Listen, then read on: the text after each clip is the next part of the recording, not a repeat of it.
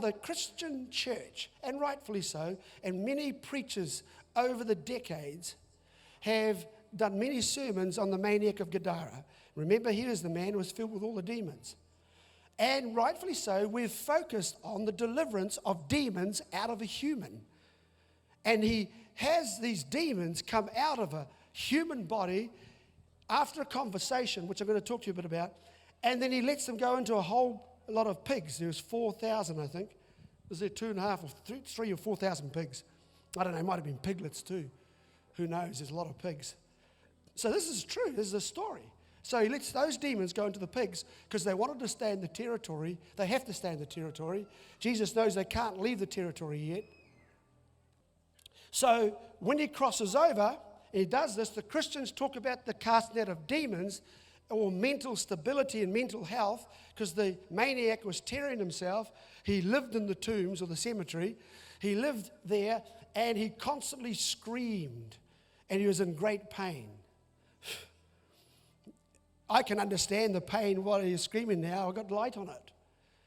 Because Jesus had to meet this demon or demons before he actually was going to have much to do with the man. He deals with the spirit world before the natural world. He sees everything in life in this world, not from the material perspective first, but from the supernatural perspective. Too many pastors and Christians are seeing things from the material or the natural side first, and then try and interpret back to the spiritual.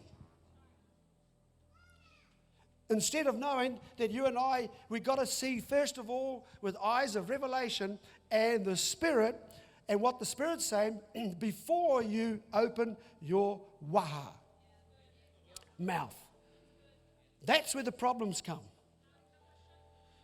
You will have confusion, inconsistencies, ups and downs, all sorts of problems in the world and in your life when you interpret life first from a natural perspective rather than first from a spiritual perspective. You got that? You understand that?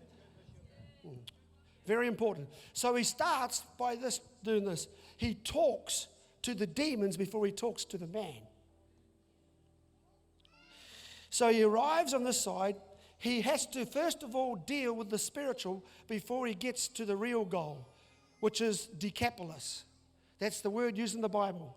I'm just going through it. He said he was in the region of the Decapolis. He was in Roman ground. He was moving from spiritual to political.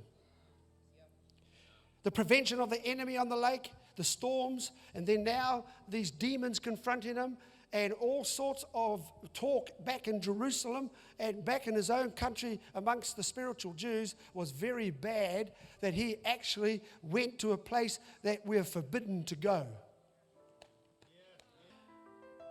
He crosses over, he breaks all the rules. Funny enough, that spirit still lives today. Jesus intentionally invaded Roman politics. I'm going to repeat it again. Jesus intentionally invaded Roman politics. He invaded Roman politics. He spoke to the demons. He talked to them. In fact, they were old mates from way back, and they were. When he said to the demon, "Well, what are you doing? I know who you are," kind of. And the demon says, "I know who you are. I thought we had some deal that you would not impose your religion into my political affairs." And Jesus says, "Who said that?"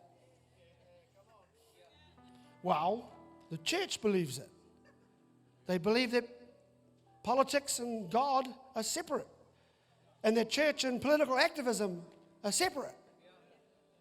Jesus said, "Did I say that?" Well, okay, I lied.